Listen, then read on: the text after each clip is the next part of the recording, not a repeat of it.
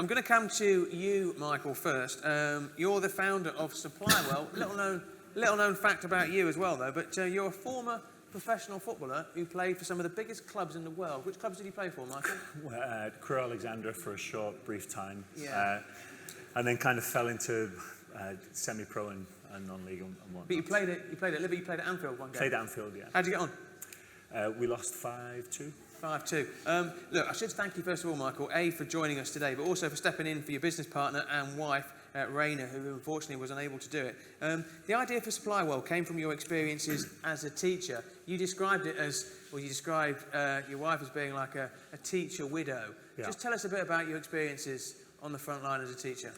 It's, Raina as being a teacher widow is essentially, we were like ships in the night. We didn't really have a relationship, and that was born out of the stresses and the pressures of being a teacher, essentially. And what happened to me is not a common tale. It's not a common story.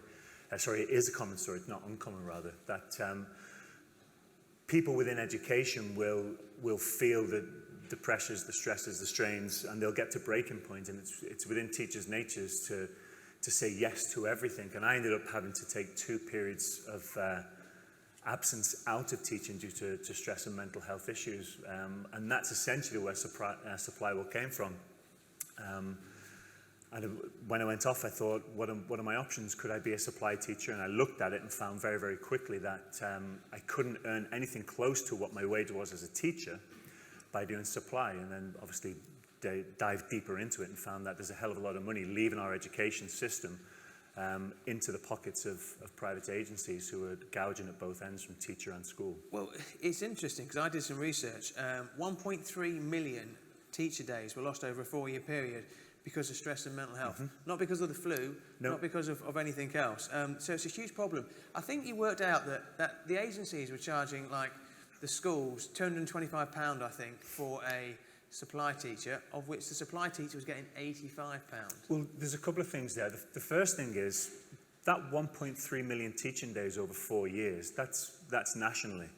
And that's just the stress and mental health well-being. Now that's teaching days. That equates to over 3,500 years, teaching years lost, just to stress and mental health well-being. And that's a staggering amount of time to be lost. I felt I lost 3,500 years when I was at school as well, actually. But, the big issue for us is, what impact does that have on teaching, and what impact does that have on the quality of learning? And quality teaching and learning that should never be compromised within an educational facility. But if you've got 3,500 teaching years lost due to stress and mental health issues alone, how can we address that? So that's something that we're really passionate about in terms of changing and turning around. So SupplyWell came on, and then in terms of the premise of the business, you've got 16 schools signed up and increasing. You've got 150 teachers on the platform as well. So the idea would be that the school looks for a supply teacher, they go to your platform, they're guaranteed a set figure, and it costs the school a lot less money as well. Yeah, well, there's a couple of things. Going back to your original point, it's 17 schools now. We've brought another one in today. Okay. And then I went to a school yesterday and found the head teacher said that she had a member of staff in on supply. And she knew this member of staff well enough because she taught with her previously at a different school. And she said to her, Margaret, can I ask you a personal question? How much are you taking home on a daily basis from us? And she said, £115.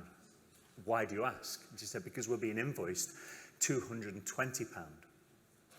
So agencies will take whatever they can. The bigger sum they can get, the bigger percentage they can get, they'll take it. There's very little morals within this system. So we're there to kind of change that. We'll charge a flat fee. Our platform will allow a school to search for a teacher for whatever discipline they want, for whatever experience that they will need, whatever time that they need.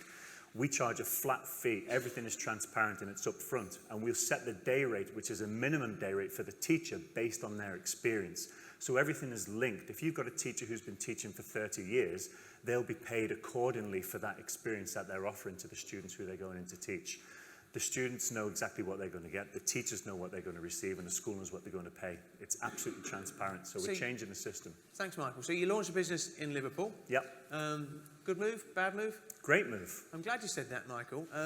What's been your experiences of launching the business, both in terms of recruitment, both in terms of the ecosystem that exists within here, and what do you want to see to take Supply World to the next level? I think launching in Liverpool, we wouldn't be where we are now, and we've been going for 10 months. We wouldn't be on this list, and we wouldn't have the traction, and we wouldn't have the momentum that we've got now if we were in any other city in the UK. And I firmly believe that there's a real kind of togetherness within Liverpool, and there's a real system of support that's enabled us to grow to where we are. In terms of us getting to the next level, what we need is just to keep doing more of the same. I really do believe that. I think it's worked for us so far. The support that we've got in place through the LCR Activate program with Johnny Clark and the other guys who are working so hard for us on that aspect are really pushing us out and guiding us in the right direction. So I think we just need to keep doing exactly what we are to get to where we need to be. Listen, keep up the good work. It's going to come to Tim Andrew now, CEO of Orca. Orca's at a different stage of your journey, more established, bigger company. It's the world's leading reviewer and evaluator of digital health apps, founded by Liz Ashwell-Payne, amazing entrepreneur. Just tell us a bit about the business, Tim, if you would. We kind of exist to, our mission statement is to get more people using digital health, good digital health tools. We think it's one of probably only a couple of things that are potentially game-changing in the fight to make healthcare more affordable across the world. But there's a real lack of uptake and activation within traditional healthcare settings. How often have any of you gone to the local GP and walked away with an app to help with whatever condition that there are? And yet there's 367,000 as of last week, I think, of these things available. But a lot of them aren't very good. Am I right in thinking that like a third of them are like zombie apps? So somebody comes up with the idea for a health app, does nothing with it, but it sits there in the ether, and as a consumer, you don't know if it's good or bad, which is where Orca comes in. Yeah, so that's our term. The zombie nation. It's like the Tesco's what nobody ever goes to, and these products just sit on the shelves, but they haven't been touched. They're not looked after. And in the case of a health app, of course, that's pretty bad news. We won't review something that hasn't been updated within at least the last 18 months. And that's quite generous. NHS Digital have set the bar at 6 months, although they don't tend to fully enforce that. So yes, and approximately 15% of the over 5,000 apps that we've reviewed so far, only 15% meet what we would say are the minimum standards you'd expect to feel safe and comfortable using them. So there's a real attrition rate in a number of different ways. In terms of your Liverpool story, yep. I think you started off at Baltic Triangle, then you went to Liverpool Science Park, you're now at Daresbury as well. We just can't sit still. Just can't sit still. What's been, every time you get that final invoice come through, you move somewhere else, don't you? That's it. But, don't tell everybody where we went. What is now at Daresbury, unit, what number, just so they know? What's been your experience of setting a business up in Liverpool? Because Liz is from Bolton, you could have set it up anywhere, couldn't you? Yeah, so, in one sense, the real rationale for Liverpool started with our investors, Bill Curry and Sir Terry Leahy. So that was kind of, I suppose, the anchor point for us when we started in Liverpool. And obviously they're very keen to support local businesses. And they've supported us all the way through the journey so far. I think it's just been a case of each logical move has been driven by the growing business, the fact that the team was growing and we're being more diversely spread around. So Daresbury offered both a logistically sensible location because we have a lot of people who are travelling and coming in and out, and therefore being in a city centre logistically was challenging. And also we're increasingly doing lots of work with the bigger organisations in Daresbury as well, such as the Hartree Centre, where we're doing quite a lot of work on AI-driven projects and the like. And so that we saw that community. I'd seen that community in action before as really a very attractive kind of example of a kind of digitally creative environment. You just can't underestimate the importance of traffic, in terms of coming to city centres, whether it's Liverpool or whether it's Manchester. You want to see a bigger critical mass of those tech startups and moreover the scale-ups as well. Is that the next stepping stone for Liverpool City region, in your view? Yeah, I think the thing, it's like there's lots of jigsaw pieces, and each jigsaw piece is a valuable component, but we haven't put them all into a big picture yet. So I think we're still slightly less than the sum of our parts. We could be more, we could be greater than the sum of our parts if we could connect some of the components a bit better. We heard from Johnny at Activate to Liverpool John Moore University, trying to create and is creating those links between academia and business, and especially tech. I mean, you've gone elsewhere, haven't you, in terms of what you've had to do in terms of your links with academia. How important is that? Yeah, I mean, we've ended up, we're expanding internationally, and it happened to be the first academic organisation we really found who were kind of wanting to work with us and do research and those sorts of things was in Holland. And so we've, our kind of first academic partner is the Netherlands e-Living Lab based out of Leiden University. And I do find that slightly kind of bizarre and a little bit kind of disappointing given the amazing universities that we have on the doorstep. But I suppose we live in a little weird world of, so digital health to an extent doesn't fit neatly into traditional academic disciplines, and actually that means that navigating our current university systems and finding people who are interested in the space we're operating in was quite difficult. And in terms of right now, you employ 30 people. You're turning over £1.5 million as well. You've expanded into Holland. You're running a pilot scheme in Israel. How important is it for tech companies from Liverpool, in Liverpool, to look international as well? Well, I think we heard earlier about the importance. If you want to, there's a certain market size for us, and in the UK, in the NHS, we're already supporting 30% of the NHS in the UK. So there's a limited growth potential. I mean, there is a lot of growth potential even within the UK. But if you want to really, for our business, there's only really room for, we're the only ones that do what we do, and the opportunity is therefore global, and it would be a shame not to take advantage of that. So I think different, horses for courses, but for us, we needed to expand globally. Okay, thanks very much. Last speaker today, Carl Wong, co-founder and CEO of Living Lens. Big raps for you earlier today. Massive build-up for you, Carl, so I know you're going to be good. For those people who don't know, and there must be one person in the room who doesn't, what does Living Lens do? So we work in the consumer insight and customer experience industry, which is one of those things that most people don't know anything about, but it's gigantic. Those surveys that we all get that nobody fills in. That's one of those. Companies are spending lots of money on that. So we allow those companies to allow people like us, consumers, to feedback via video instead of filling in surveys. And then when we've gathered that video, we do clever stuff with it. We turn it into data. So what people say, we use machine speech recognition in 30 languages and turn that into searchable text. We do facial emotional analysis, so we can strip out the emotions and the engagement that you've got throughout your feedback. And object and context recognition. Where are you? What are you doing? And what type of environment you're in? And our clients use that essentially in two major ways. One is deeper insight. All of the world's biggest companies are striving to understand what makes people tick more deeply so they can develop better products and services and drive greater revenue. So we enable them to unlift or surface a clearer idea about what drives behaviour, and more fundamentally, we enable them to tell great stories. So, we're all surrounded by death by PowerPoint and big data. We humanise feedback. We enable you to get from this much video to meaningful moments and stories really, really quickly. It's a big challenge, isn't it? It drives change. It drives change. People talk about big data, but it's only useful if you can convert it into a language and make decisions based on that. Look at some of the customers you've worked with. Deliveroo would be one as well. Procter & Gamble. I mean, you've worked with some massive companies, haven't you? Yep. The world's biggest brands aren't gigantic by accident.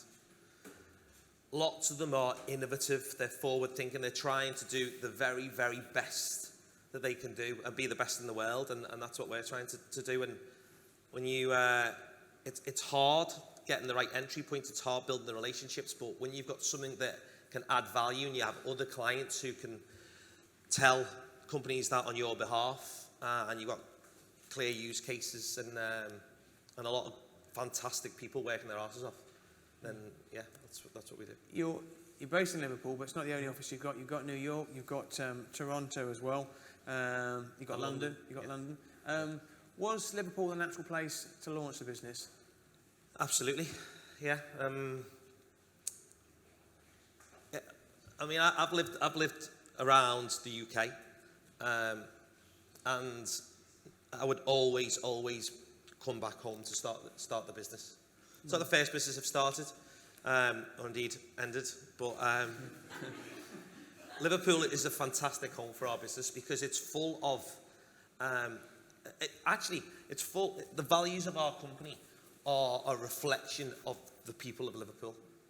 It's about graft and hard work, it's about hustle, it's about supporting each other, it's about humour, and it's about doing the best you can do, but having a ball at the same time.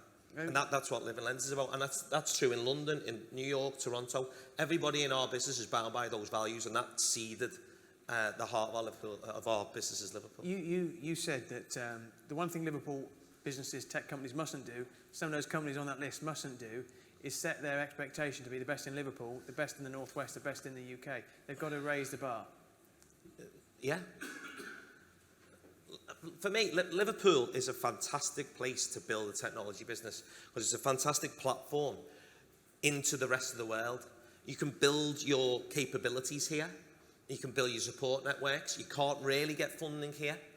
But if you want to, I want Live and Lens to be the best in the world. And I think we've got such great businesses in this city and great people in this city we have these artificial boundaries that are about Liverpool or the Northwest, or even the UK. Tim was saying before, your market, you need to be global. But why wouldn't you be global? The world's a small place. There's an uncertainty and a fear about going somewhere new, but you get over that. You get stuck in and you meet people and you can learn from, I think Ben and Johnny were saying earlier, other people have been down that road. And if you can tap into that know-how and knowledge and build that network, and you can make shortcuts, you can build bridges, you can get stuff done. You're on that climber list. You've raised £5 million so far. How easy have you found it to raise money? And also, not only that, because one of the issues that's come out, and it came out in the Climbers report, which will be emailed into everyone's inbox first thing tomorrow morning, just in case you've forgotten. Worth getting up for. Worth getting up for that. But just in terms of, people have spoken about they want the funding ecosystem to be signposted. That would be a benefit. Where do you go to? What was your experience, Todd? So, just like Sarah and Katie, I had an idea, not got a tech background, gone and got some prices. Computer says no. Scoped it on the kitchen table, and spent our life savings, me and my co-founder, and built a prototype that worked. Worked if 2 people used it, did not work if 3 people used it. Fact. Real, that's a fact. And realised we needed a lot more money. And I had absolutely no idea where to go for that. No idea. No one to talk to about it. No point of direction. This was 5 years ago. So I went on a government-funded course, which is part of a thing called Growth Accelerator at the time.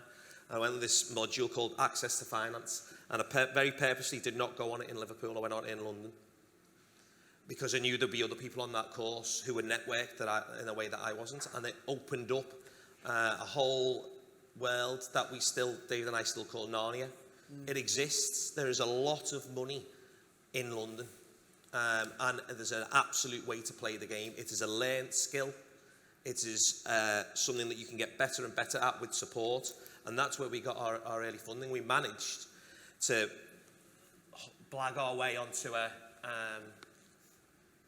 an accelerator called Collider, which was just like Activate. Give you all that great support and direction. Because you don't know what you're doing, but they also gave us 100 grand in exchange for equity. And without that, there's no way we'd get anywhere. It's got one final question. hard. I think, sorry, go just on. one I was going to get into, because obviously we're 5 years behind you in terms of where we are, and the landscape, I think, has massively changed. The support and the guidance that we've had from the Activate programme, I don't necessarily think that needs to be signposted better. I think they need more resources. Yep. I think the skills and the abilities and the innovation and the ideas are here. They're in Liverpool, and there's people who need that. But you go to Johnny and his team, and they're one person and one team.